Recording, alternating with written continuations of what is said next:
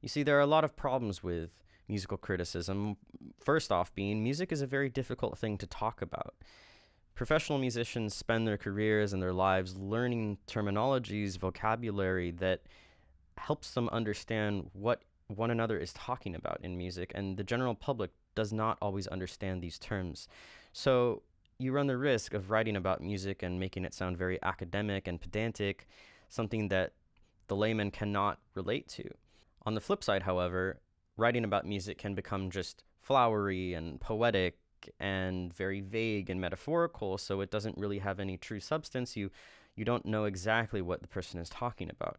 So in order to write it well, you have to ride this fine line between the observational part and the poetic part, because people do want something that is nice to read, that has a sort of narrative and poetic structure to it, especially when you're talking about music.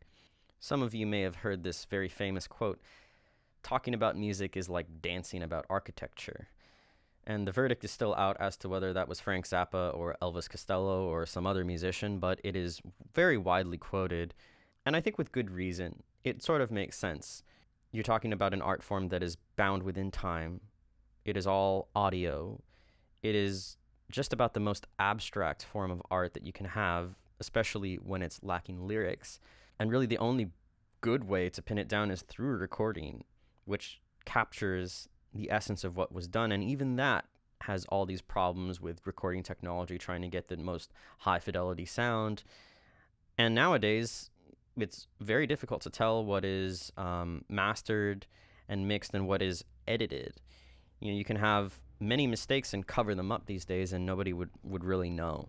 But I think that people still do want to have some sense of professionality when it comes to someone unpacking the music that they're talking about. I think that's one reason why so many music students still attend university, because they're looking for someone to help explain these things to them.